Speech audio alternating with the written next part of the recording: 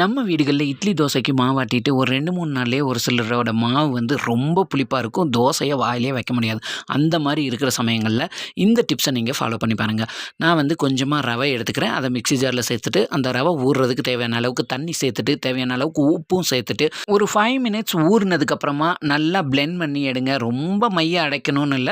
நம்ம வந்து ரவா தோசைக்கு அரைப்போம்ல, அந்த மாரி பக்குவத்தில அரைச்சு, நம்ம மீதமா இருக்கிற தோசை மாவோட ஆட் பண்ணி நல்லா மிக்ஸ் பண்ணி விட்டுருங்க. நீங்க நல்லா மிக்ஸ் பண்ணிட்டு நார்மல் தோசை ஊத்துற மாரி சாதாவா தோசையும் ஊத்தி எடுத்துக்கலாம். அப்படி இல்லைன்னா இது கூட சின்ன வெங்காயம் பொடியா சாப் பண்ணிட்டு, மல்லி இலை, கருவேப்பிலை இது எல்லாத்தையும் பொடியா சாப் பண்ணி இதோட சேர்த்துட்டு, பச்சை மிளகாயும் பொடியா சாப் பண்ணி ஆட் பண்ணிக்கங்க. ஜீரகமும் ஆட் பண்ணிட்டு, நீங்க தோசை ஊத்துனீங்கன்னா ரவா தோசை டேஸ்ட்ல சூப்பரா இருக்கும். மேக்ஸிமம் இந்த டிப்ஸ வந்து நெறைய பேத்துக்கு தெரிஞ்சிருக்க வாய்ப்பு இருக்கு. தெரியாதவங்களுக்கு இது வந்து கண்டிப்பா யூஸ் ஆகும்னு நெனைக்கிறேன். இந்த வீடியோ பிடிச்சிருந்ததுன்னா உங்க ஃப்ரெண்ட்ஸ் அண்ட் ஃபேமிலிக்கு ஷேர் பண்ணுங்க. மறக்காம நம்ம சுபாஷ் டைம் சேனலை லைக் பண்ணி சப்ஸ்கிரைப் பண்ணிருங்க.